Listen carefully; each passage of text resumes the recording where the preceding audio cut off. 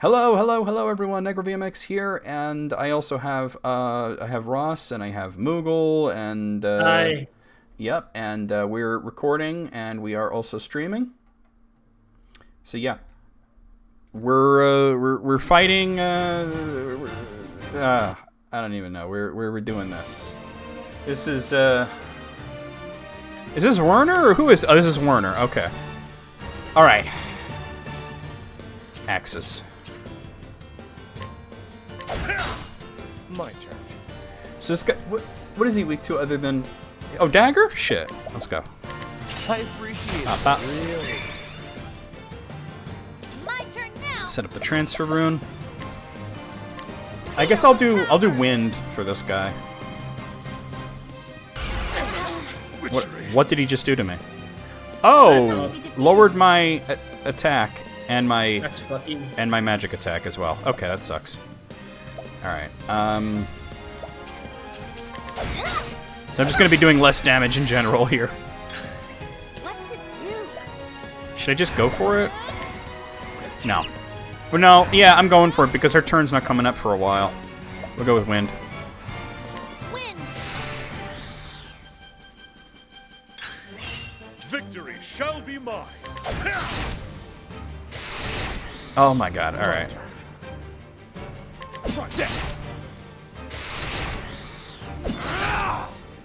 Can anybody do 10k? If anybody can, it's Ophelia, but... Alright, 15k, that's not bad. Do this. You're good. 31k, there we go. Tress is maxed Hey. out for elemental attack. Who do we got? Hey Alice, how's it going? Alice. Pretty good. Alright, oh, I get another turn? Shit. Oh, god, Tressa, we made her OD. Alright, so he's locked me out of a lot, but not Axis and Wind, so... You know.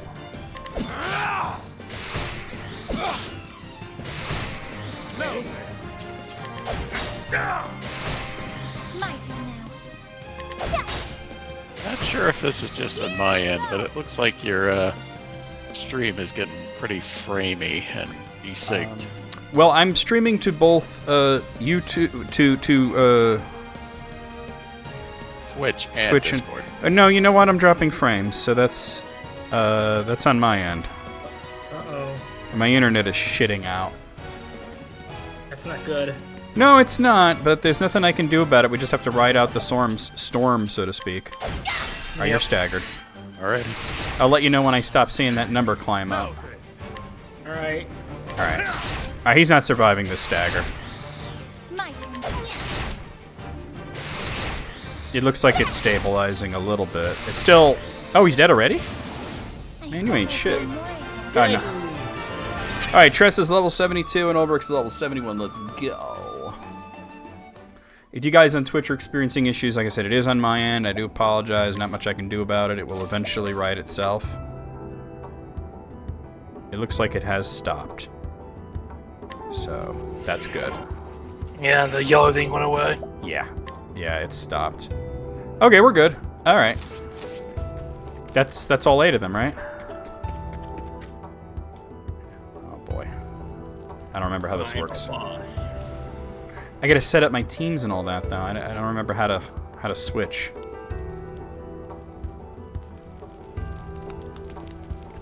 I don't remember how this works.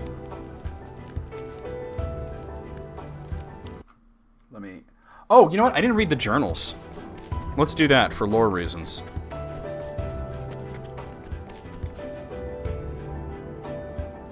From the Diary of Matthias, prophet of the accursed flame. Once I too believed the teachings of the sacred flame. I led the people in its light, as a servant of the church. No one could have doubted that I was anything but a pious believer in those days. And when I look back upon it now, it all seems so painfully foolish. When was it that I first began to doubt the flame? Perhaps it was after I met Black? But no, that was but the catalyst to what was already growing within me. Even before Black appeared, those feelings had taken root in my heart. The small village whose church I had been appointed to was destroyed in a conflagration. Started by a capricious strike of lightning, the flames spread before we even knew what was happening. Before we knew it, we were engulfed in hellfire. Countless were lost to the flames. even the innocent young children whom I'd loved so dearly. They had committed no sins. They did not deserve to have their flesh seared and their bones turned to ash. So I prayed to the flame. I prayed, and that their lives would be spared. Fool that I was, even after they were dead and gone, I believed that if I prayed hard enough, they might return to us, that a miracle might occur. And so I offered up every scrap of faith that I had, until at long last I realized the truth. Believing in the sacred flame and praying to it would not bring about a miracle. And if my faith could not bring me and those I loved succor in our time of greatest need, then it was worthless. It did not matter to me if the power I needed was forbidden. I would use that power for the force of good and bring about miracles. That was the true faith to which my eyes were finally opened. It was not something that I had been tricked into by another. I had reached enlightenment. It was only fitting that such a revelation came to me, the one true Savior. While Lieblack may not have been responsible for my enlightenment, I am still grateful to her. After all, she is the one who granted me the blessing of 100 years free from aging. The dark secrets written in that tome can allow a man to cheat death, and I owe her a debt for sharing them with me. So you're seeing the coming together of like several different storylines, and I think a lot of people didn't appreciate how interwoven everything is in this game, because they said that nothing mattered, and it's just kind of like nonsense. I gained eternal life, or close enough. As a true savior, should I then take it upon myself as my duty to save as many people as I could with the power granted to me, and so I set out to kindle a darker flame in our realm. If the sacred flame could be weakened, yet more of Galdera's accursed power would seep through the gate of Finis, and I would be able to claim even greater strength for myself. I hid myself away from those in the church who wished to stop me, but the long march of time was my ally. It wore away the lives and memories of any and all who once knew me, until it was as if my face had been washed away like words writ in sand. None who still live would remember me as an apostate to the church. With enough leaves, all things are possible. Even obtaining a new name is a little challenge. And so I worked my way back into the church's graces as the traitor, Matthias. Even the venerable Archbishop Joseph did not suspect me for a moment. Every step of the way, fate has shown me that I am in the right. I was able to uncover Galdera's altar because I am right. I was able to use a fragment of Galdera's power to bring about a miracle because I am right. I could become the savior of Whispermill and command its people to do my wishes because I am right. With Simeon as an ally, I never wanted for money nor power. The Obsidians served me well, whether they knew it or not. Simeon claimed never to have spoken of me to the others. I know not if he meant to use me as a secret weapon against the others if the need ever arose, or if it was simply that he did not trust me, but it hardly mattered. After laboring for so many decades, the time had come at last. I had succeeded in debilitating Archbishop Joseph with the poison the Obsidians had provided me. It was a beautiful poison. No one would ever suspect it was anything but a natural death. All that remained was for me to cast a dark shadow on the heart of Lyanna, the next flame-bearer, and the sacred flame would soon burn black. So, the casual reveal that he killed Ophelia's father. Insane. The casual reveal that he was bankrolled by Primrose's old boyfriend, who she had to kill. It's just, like I said, the people who said that none of the stories mattered and they didn't connect at all, they didn't play the whole game. Yeah. That is what was meant to be. That is what was about to be. But no, damn it all to the farthest reaches of hell. The accumulation of all I had worked for was mere inches away, so close I could feel the kiss of the accursed flame, and instead it was all snatched away, that fire snuffed out to leave me in utter darkness and despair. I am the savior. I was meant to bring Galdera's flame to the world. Why should I be left in this black hell? It is dark here, the blackness, it is all-consuming. Black, darker than 1,000 starless nights. Please someone, anyone, bring me some light. And it was also connected to Cyrus's story. From the diary of Headmaster Yvonne of the Royal Academy. It was 15 years ago I first learned of that tome. The headmaster's chair was but a dream to me in those days, when my prize student Lucia brought a young woman to me. The woman told me that I was the best suited to the position of headmaster, that there was no knowledge, no position that should be off limits to a man of my ability. And so she taught me many things, one being the existence of ancient tomes containing the long-forgotten secrets of old. There are several volumes of forbidden writings in Atlas Dam's great libraries, and no eyes but the headmasters are allowed to look upon them. The tome in question is one of these. It is the last extant tract of the legendary sage known as Solomon, whose name lives on in history through the land of his birth, the kingdom of Bernstein, has long since been forgotten. Long has it been said that he who can decipher its true meaning will obtain power over even life and death. The current headmaster is not worthy of such knowledge. What he lacks in intellect only pales to what he lacks in character. I cannot depend on him. I would only depend on you. She wished to decipher the secrets of the tome and share its knowledge with the worthy alone. Thus a great scholar was needed, one who would be able to fully understand the arcane truths within the tome. The doddering old fool now serves as headmaster could never do such a thing, that a genius such as you, Yvonne? Surely you, of all scholars in the realm, are up to the task. Yes, that was how she persuaded me. She is obviously Lieblack. It was true that I bore little resemblance to the former headmaster, who was interested in nothing but his studies, and whose only praiseworthy trait was that his tenacity in that single-minded pursuit, but I was different. I knew that knowledge was worth its weight in gold, and more critically, my intellect far outstripped his. How could the idiots around me fail to recognize this? This woman told me that the then headmaster, holding a lofty office he had done so little to deserve, was tantamount to sin, and I agreed. When she asked me if I could remove him, I assured her that it would be the simplest of tasks. And so, I had him assassinated just as she wished, leaving not a trace of evidence behind to incriminate myself, shortly after I ascended to the headmaster's seat in his place. I encountered the strange woman only once more after that day. When I reported to her that I had murdered the former headmaster, she flashed a chilling smile and simply replied, "So you did." Then she walked away, never again to appear before me. Perhaps removing that man was all she wanted of me after all, I thought. It was no matter. The tome was in my grasp, and immediately set myself to uncovering its secrets. All the rumors I had heard were true. It was a work of staggering genius. With Lucia as my assistant, I was able to obtain other rare and ancient texts from that woman, even if I never saw her again. Yes, eventually, everything was going just as I had planned, and power beyond the imagination was finally within my reach. How did it all come to this? Damn that accursed Lucia. Damn that heartless, conniving witch. How did I not see? She meant to use me from the very start. I was the one who unlocked the secrets. I who constructed the basic theories of how to effectively control life and death. And as soon as I had done that, she had no more need for me. That was why she gave me a flawed blood crystal and led Cyrus right to me, so that she could dispose of me without dirtying her own hands. You despicable, loathsome, hateful woman. Death has not cooled my fury, but only fueled it to greater heights. Curse you. Curse you and that unholy witch you brought to my side. May the deceitful Lucia burn for all eternity. May the foul witch Lieblack be banished beyond the farthest reaches of hell. Which was the title of the book, by the way. And if you notice something, by the way, Ulbrich, Cyrus, it goes in the order of Octopath. Yeah, it's a very nice touch. So this is Graham, which means it's Tressa. From the Diary of Graham Crossford, Part the First. Grave tidings reached me when I was passing through Victor's Hollow in my travels. No, I'm sorry. I'm right. It's Tressa. My beloved's condition had worsened. I knew my journey must have brought a swift conclusion, lest I be too late in the end. I made up my mind to sail across the verdant deep. The final ingredient I required was the pinion of an ogre eagle, the most fearsome beast. Oh no, this is Alphen. It must be the left side and then the right side. They are said to make their home in the forest of Ruba, beyond that vast emerald sea. When I arrived at the harbor, there was only one ship to be found. It was a grand one. Oh no, this is Tressa's story. Okay. No mistaking. It's both. It's tying them together. But the captain was none other than Leon Bastral. I recognized him at once, of course. Who could travel these lands without hearing a tale or 10 of that dread pirate captain? The dread pirate Roberts? The very mention of whose name would set even the bravest sailor's heart pounding and palms sweating. There's vomit on a sweater already, Mom's spaghetti. Yet I found the man himself to be quite different from the one spoken of in legend. Captain Leon Bastral stood at the helm of a merchant trader, which was preparing to hoist sail at the very moment I came upon it.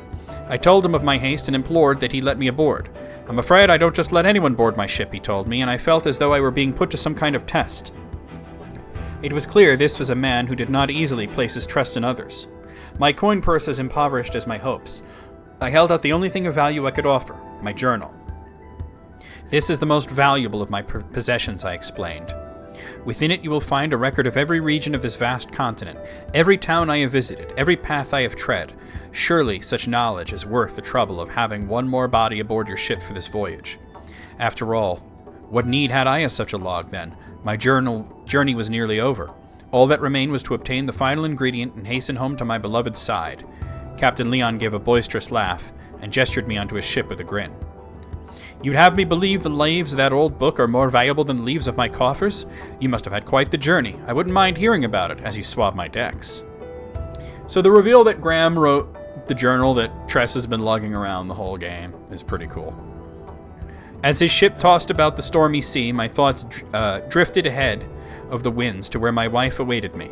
I could see her face in my mind so clearly that it felt as though it was only minutes ago that we parted, not countless moons. And I prayed that the flame would guide me back to her, while that gentle smile still graced her lips. It's almost finished at last, my love. Pray wait for me just a little longer. I know not what has become of my journal since I parted ways with Captain Leon, but looking back I am relieved that it left my hands when it did. Surely it is better than my final entry ended with some traces of hope, rather than the bitter pain I would eventually find at journey's end. Absolutely, Polly. Okay, so, this should be Ophelia's. Oh, I'm sorry, we already did Ophelia. It should be Ulbrich, the other O. From the records of Lord Werner of Riverford, Hornburg will fall. I still remember her smile as she said the words. It was a score of years ago now, mayhap more. A simple sellsword I was then, when she came to me with a sackful of leaves and dark promise in her eyes. She knew as well as I did that I had far greater aspirations in selling my sword for coin. But coin would have to be a start, and what a start she offered me. Not only the leaves to free me from another man's employ, but as much as I needed to invest in my plot and establish the connections I would need, the life I'd always dreamed of was finally in my grasp. I could use her. I could use her to get all that I ever wanted, or so I thought. And so I took the girl up on her offer and began my plot to bring down an entire kingdom. I would need men if I were to accomplish anything, so I created my own sellsword company, the Black Brotherhood, I called them. I spent 3 years doing nothing but gathering information on Hornburg. Then, using what I had learned, I began to systematically remove any obstacles that might stand in my path. I used the girl's connections to make my company of sellswords very much in demand in Hornburg. I took the worst of the lot, those with no scruples and nowhere else to go, and made them out to be bandits and thieves. I set these villains to attacking the borders of Hornburg, and then my Black Brotherhood would turn them back. It was quite the performance. Other armies didn't stand a chance at beating us to the site of each battle. The skirmishes all took place far from the heart of Hornburg. We knew ahead of time exactly where they would happen. Since the foes we faced in those battles were in fact our own men, it was an easy feat to give the appearance of a crushing defeat. Though through this farce, the Black Brotherhood won the hearts of the people living in those borderlands. Ingraining myself with the families of those borderlands, I used their introductions to buy trust among many powerful houses of Hornburg. The tales of the Black Brotherhood had spread throughout the realm by then, and I used that woman's money freely to strengthen my ties to powerful men, within Hornburg and without. Still, King Alfred was well beloved by his people and his bannermen. It would be no small feat to win their hearts away from him, in which case things would become so much easier if he were simply not in the picture. Hornburg would not last long without the people's love for their liege binding them together. And so my eyes landed upon Erhard, who had a bitter hatred of the king within him. I had him appointed as a member of the king's own guard so that he could be the perfect position to do the deed. All that remained to be done was to give Erhard the chance that he was all too eager to seize. Mixing lies and truths, I lit a fire among this strong young warrior I befriended. I could spout any lie, and it would not have mattered. Humans care little for facts. They believe what they want to believe. In the end, it took me just 12 short years to bring Hornburg to ruin. After the kingdom's fall, I decided the time had come to settle my accounts with that woman. I disbanded my company, having no more need for sellswords, and used the riches I had accumulated to buy myself the lands and status that would see me through my remaining days. To tell the honest truth, this was not easy. I could have gained even more had I remained at that woman's side. She could provide me with wealth and power beyond any human's wildest dreams. But to pursue this any further would be madness. Perhaps I was already mad to serve so long at her beck and call to bring down a kingdom. She was beautiful, there can be no doubt of that. But did I desire her even for a moment? No. For within that attractive trapping was evil, pure evil, intent on bringing humanity to ruin. If a man dared touch any part of it, his own flesh would rot and fall away. She was a lethal poison. She was a witch. And so I cut myself off from her entirely and did not look back. Funny though, is it not? In the end, I could not escape her. She brought about my ruin, as surely as if I had indulged in her poisonous touch. For in the end, just as I felled Hornburg, it was Hornburg's last knight who laid me low. Of course, that would be Ulbrich. Legally distinct from the Dark Brotherhood, of course. Alright, so this one should be Primrose.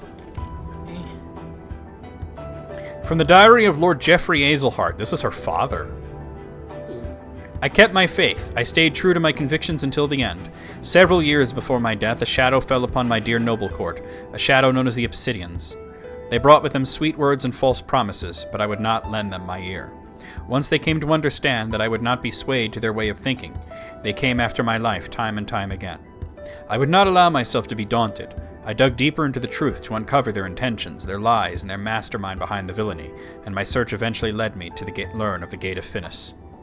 In the end, I was murdered by the men who caught wind of my discoveries, yet I do not regret my actions. I lived true to the words of my house and did all I could for the sake of my people. My sole regret is that I have left Primrose alone to pick up the pieces of this broken life I left behind. My precious daughter should not have to bear such a burden on her shoulders. Primrose.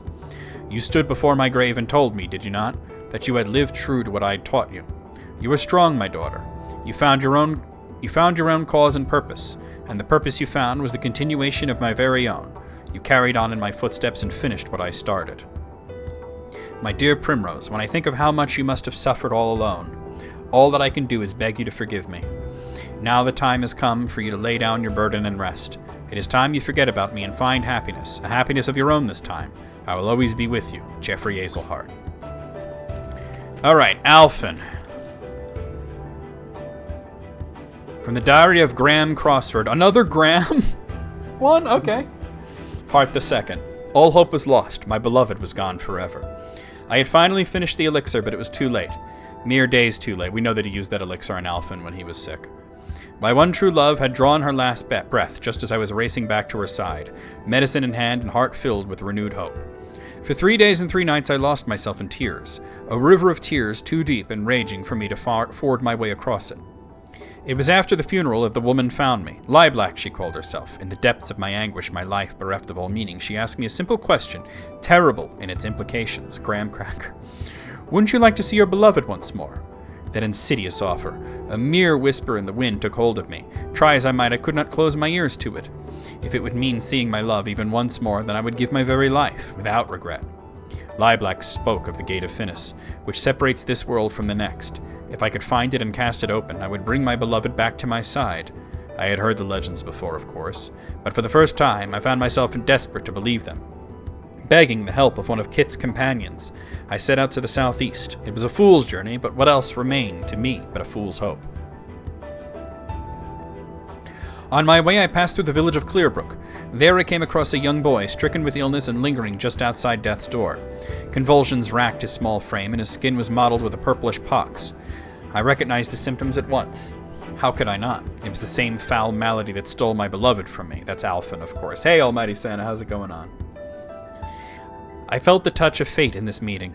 Though I had not been in time to save my true love, I still carried the elixir I labored so long to create, a remedy that could do nothing for her now. There was no doubt in my mind what I must do, and so I treated the boy with my medicine. When I looked at the boy's face, finally at peace and in calm repose, I saw my beloved again, and in her gentle eyes I found forgiveness. I hope I can do that too someday. Such were the boy's words to me when he was strong enough to speak again. He told me that he wished to follow in my footsteps and become a great apothecary. His words were a reward I never expected. In that moment, I felt as though my journey was perhaps not a fool's one after all.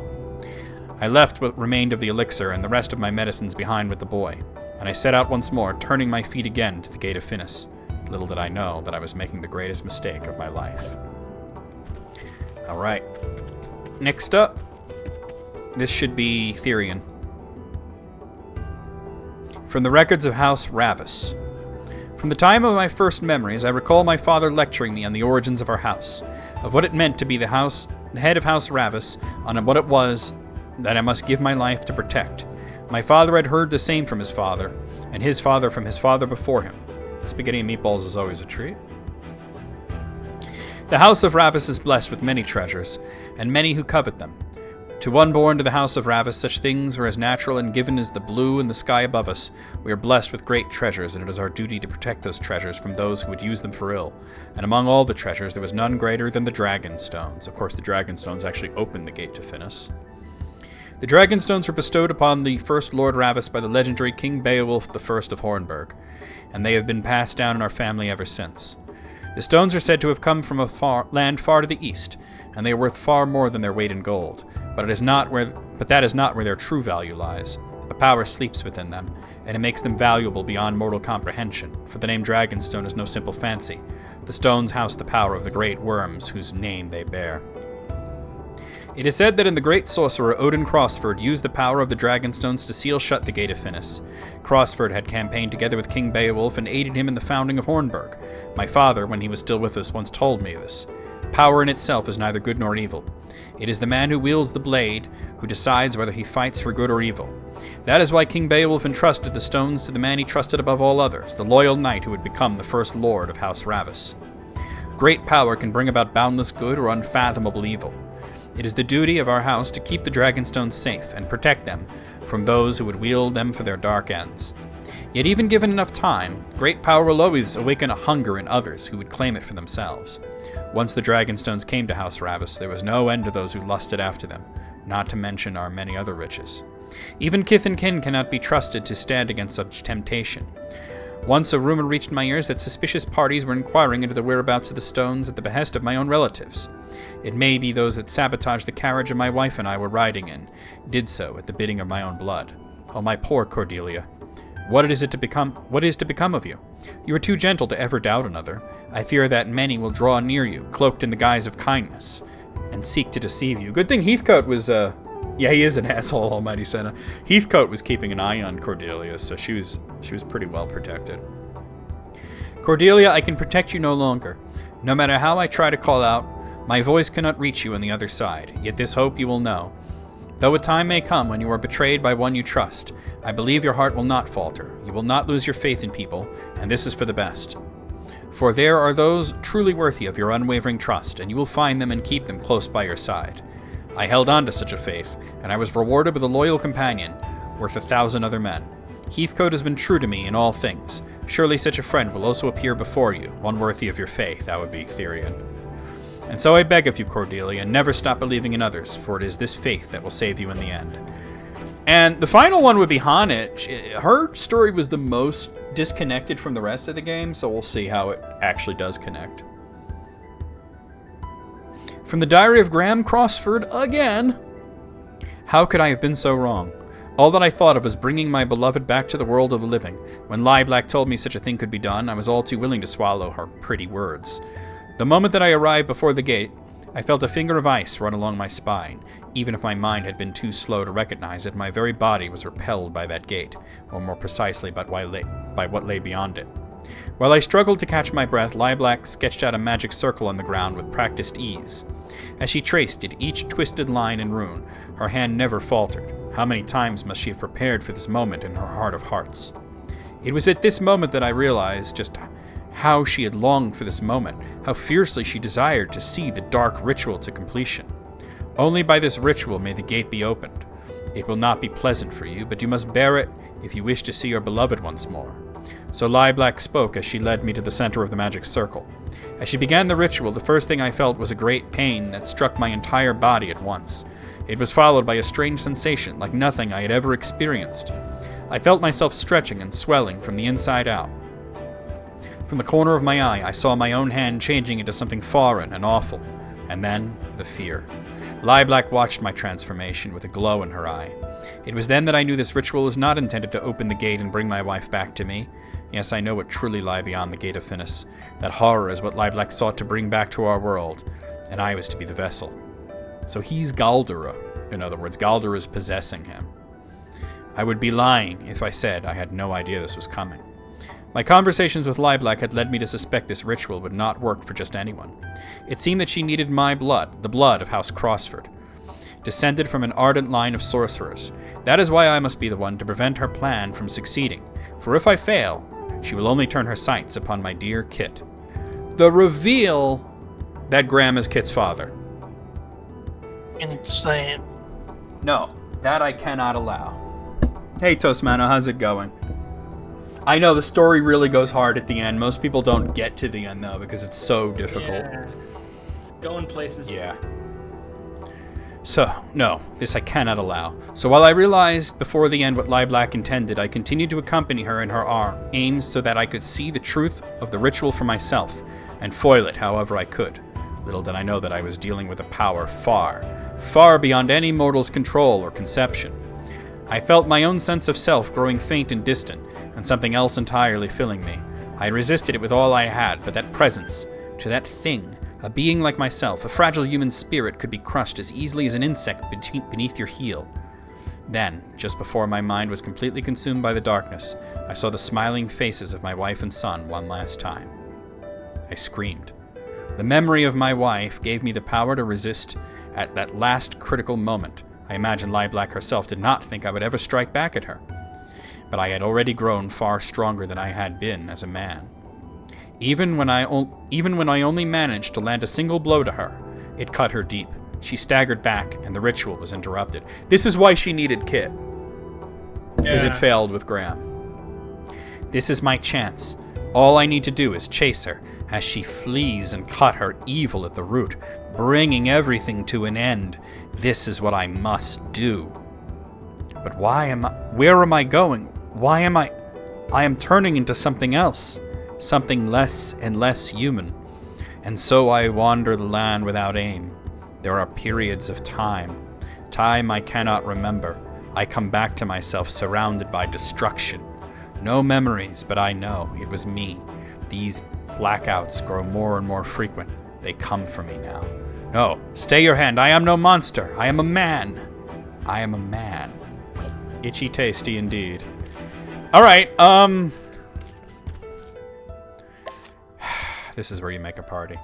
So for the first phase, let me end the video actually, because we're at exactly 30 minutes. Well, 31 minutes. So we're gonna stop right here. We'll see you guys real soon with more Octopath Traveler. We're gonna fight the last boss. We'll see how it goes. Yes.